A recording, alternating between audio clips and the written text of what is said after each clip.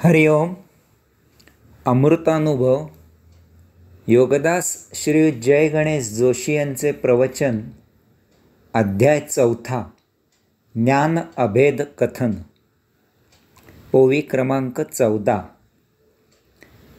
तैसे अज्ञान अटोनिया ज्ञान येते उवाया, ज्ञानाज्ञान गिळोनिया ज्ञानची होये.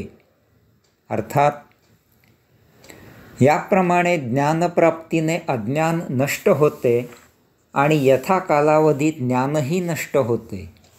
त्यायोगे अज्ञान ज्ञान यांच्या अतीत सच्चिदानंदावस्था प्राप्त होते. अज्ञानाचा पगडा इतका जबरदस्त असतो की त्या अवस्थेत ज्ञान असे काही आहे असे ज्ञानींनी कितीही सांगितले तरी त्यावर असे अज्ञानी विश्वास ठेवत नाहीत. इतकेच नव्हे तर अध्यात्माची टिंगलटवाळी करण्याइतपत त्यांची मजल जाते. भौतिकाच्या उपभोगांची लज्जत महाआकर्षक असते. ती देहादी इंद्रियांना सौख्य देत असते. तथापि या सौख्याची मौज फार टिकत नाही.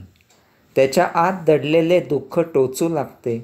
त्याच्या जखमा असह्य होतात. यावरील भौतिक धार्मिक उपाय अपुरे होतात. कितीही काही केले तरी मनस्वास्थ्य काही मिळत नाही. अशा प्रकारे सर्व बाजूने हरल्यावर आता अध्यात्माची चौकशी केली जाते. यातही आध्यात्मिक भोंदू भेटला तर आगीमधून फुफाट्यात पडायला होते. यास्तव योगगुरू सापडावा लागतो, तो शोधून भेटत नाही. सुदैवाने असा योगगुरू भेटला की भौतिकामधून सुटका होते, अज्ञान नष्ट होते आणि ज्ञानप्राप्ती होते.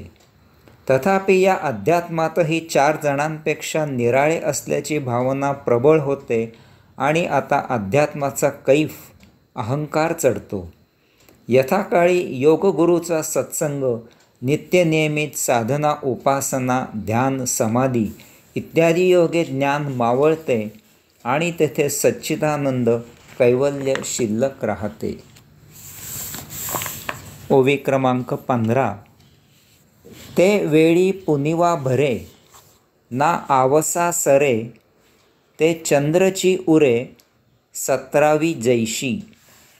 अर्थात चंद्राची कला कमी होत जाते आणि अमावस्या होते.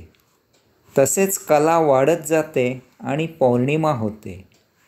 माऊली सांगतात की अमावस्या आणि पौर्णिमा या ज्यावर होतात ती 17वी कला हीच चंद्राची मूलभूत अवस्था आहे. चंद्राची कला एक एक करून 8 कला कमी कमी होत जातात आणि अमावस्या होते. याला कृष्ण पक्ष असे म्हणतात. अमावस्या होते आणि चंद्र पूर्णपणे लोप पावतो. याचप्रमाणे आध्यात्मिक साधना, उपासना, सत्संग इत्यादींमुळे हळूहळू अज्ञान नष्ट होते. अशा प्रकारे यायोगे या भौतिक आयुष्यामधून सुटका होते. यानंतर चंद्राची कला एक एक करून 8 कला वाढत वाढत जातात आणि पौर्णिमा होते. याला शुक्ल पक्ष असे म्हणतात. पौर्णिमा होते आणि चंद्र पूर्णपणे दिसू लागतो. याचप्रमाणे भौतिक अज्ञान नष्ट झाल्यावर साधना, उपासना, सत्संग इत्यादींमुळे हळूहळू तेथे आध्यात्मिक ज्ञान प्रगट होते. भौतिकामधून सुटका झाल्यावर आध्यात्मिक जीवन सुरू होते. माऊली सांगतात की या कमी होणाऱ्या 8 कला आणि वाढत जाणाऱ्या 8 कला म्हणजे अमावस्या आणि पौर्णिमा या चंद्राच्या 16 कलांच्या अवस्था ज्यावर होतात तो चंद्र असतो. त्याला माऊलींनी येथे 17वी कला असे म्हटले आहे. हीच चंद्राची सत्य अवस्था आहे. 8 कलांची अमावस्या आणि 8 कलांची पौर्णिमा या अवस्था भासमान आहेत. याचप्रमाणे भौतिक आणि अध्यात्म, आयुष्य आणि जीवन, अज्ञान आणि ज्ञान हे ज्यावर जगले जाते ते आत्मतत्व सत्य आहे. तो अंतःकरणातील अंशात्मा आहे. ती परम अवस्था आहे. ते आपण आहोत. तेथे साक्षीत्व आहे. याची जाण येऊन जगणे म्हणजे सच्चिदानंद कैवल्य आहे. ओवी क्रमांक 16. का तेजांतरे नाटोपे, कोणे तमे न शिंपे, ते उपमेचे जाऊ पे, सूर्याची होय. अर्थात सूर्याचे तेज कधीही निस्तेज होत नाही, ते अंधाराने झाकोळले जात नाही, ते अनुपमेय आहे. सूर्य त्यासम तोच आहे. सूर्याचे तेज कधीही निस्तेज होत नाही. सूर्याचे तेज जसे आहे तसेच सदा असते. ते कधीही कमी जास्त होत नाही. ते इतर तेजापुढे कधीही फिके होत नाही, कारण सूर्य स्वयं तेजपुंज आहे. तो तेजासाठी इतर कोणावर अवलंबून नाही. तो सदा असणारा आहे. अवकाशात त्याचा तो सदा तळपत असतो. सूर्य तेज अंधाराने झाकोळले जात नाही.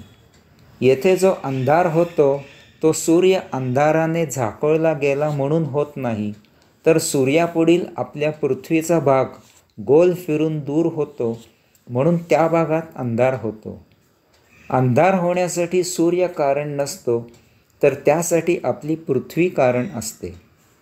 कारण जर आपण पृथ्वीच्या बाहेर गेलो तर तेथे अंधार नसतो.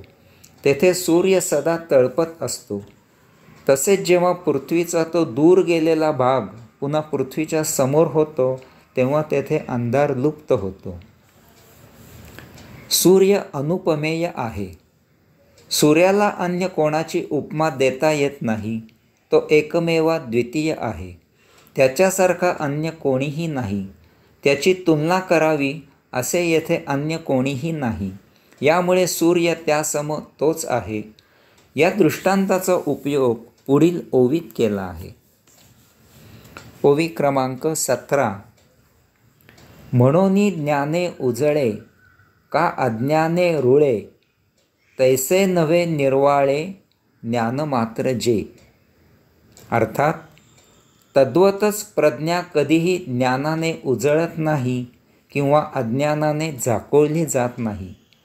प्रज्ञा ही सदा प्रज्ञाच असते.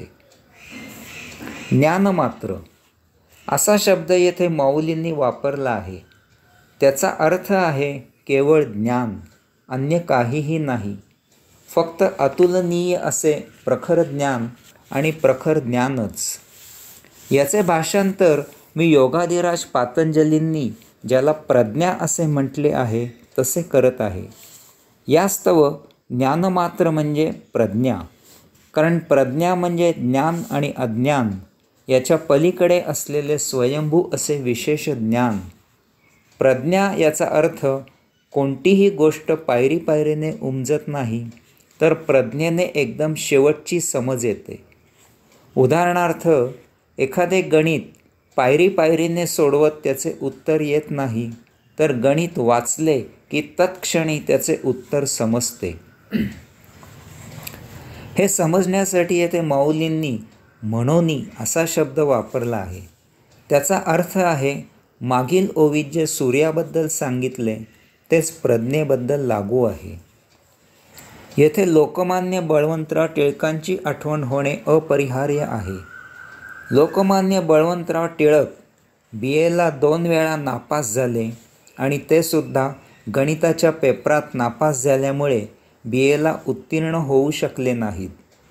कारण BAच्या परीक्षेमध्ये गणिताचा पेपर सोडवताना ते काही गणितांची रीत न करता ती गणिते पायरी पायरीने न सोडविता सरळ उत्तर लिहून आले होते.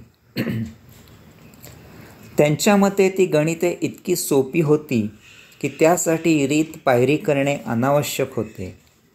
परीक्षक त्यांना गुण देऊ शकत नव्हते. त्यांना बिचाऱ्यांना काय माहीत की लोकमान्य बळवंतराव टिळकांना प्रज्ञा प्राप्त होती. माऊली म्हणतात की ज्ञानमात्र म्हणजे प्रज्ञा ही भौतिक अज्ञान आणि आध्यात्मिक ज्ञान या दोहोच्याही पलीकडे असते. प्रज्ञाप्राप्त योगी भौतिक अज्ञानाने विचलित होत नाही आणि तो आध्यात्मिक ज्ञानानेही विचलित होत नाही. तो सदा या सर्वस्वाच्या पलीकडे असतो. तो त्याच्या स्वयंविश्वात रममाण असतो. यामुळे त्याची तुलना कोणाशीही होऊ शकत नाही. त्याच्यावर कशाचाही परिणाम होत नाही. साधकाच्या आयुष्यातील अज्ञान नष्ट होते आणि साधक ज्ञानी योगी होतो. यथाकाळी तो साक्षात्कारित होतो. भौतिक अज्ञान आणि आध्यात्मिक ज्ञान या पलीकडे तो ज्ञानमात्र होतो. त्याला प्रज्ञा प्राप्त होते. त्याची मुक्तीची यात्रा सुरू होते. हरि ओम.